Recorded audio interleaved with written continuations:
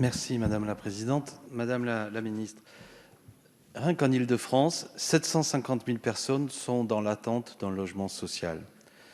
Et comme sans doute bon nombre de mes collègues députés franciliens, je le vois très clairement dans ma circonscription, Montreuil et Bagnolet, c'est le sujet du logement et sans doute la question sur laquelle les habitants m'interpellent le plus. Que leur répondre? Les élus locaux qui siègent dans les commissions d'attribution disent tous la même chose. Le parc social actuellement est surchargé et peu d'appartements se libèrent au regard de la demande qui explose. Une solution donc, il faut construire, construire et construire beaucoup. Pour notre part, avec Jean-Luc Mélenchon, en 2017, nous proposions la construction de 200 000 logements publics par an, conformément aux recommandations de beaucoup d'acteurs du secteur que vous connaissez.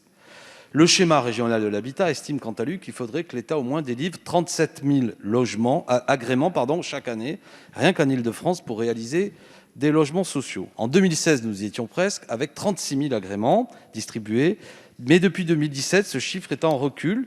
De 36 000, nous sommes passés à 30 000, puis 28 800, 28 600, 21 000 en 2020. Les classes populaires et moyennes pourront-elles encore se loger en Île-de-France dans les années qui viennent? Franchement, la question est posée. Cet effondrement de la production des logements sociaux est bien sûr multifactoriel, mais on ne peut pas tout mettre sur le dos de la crise sanitaire et du premier confinement. Cette tendance est amorcée, je l'ai dit, dès le début du mandat d'Emmanuel Macron.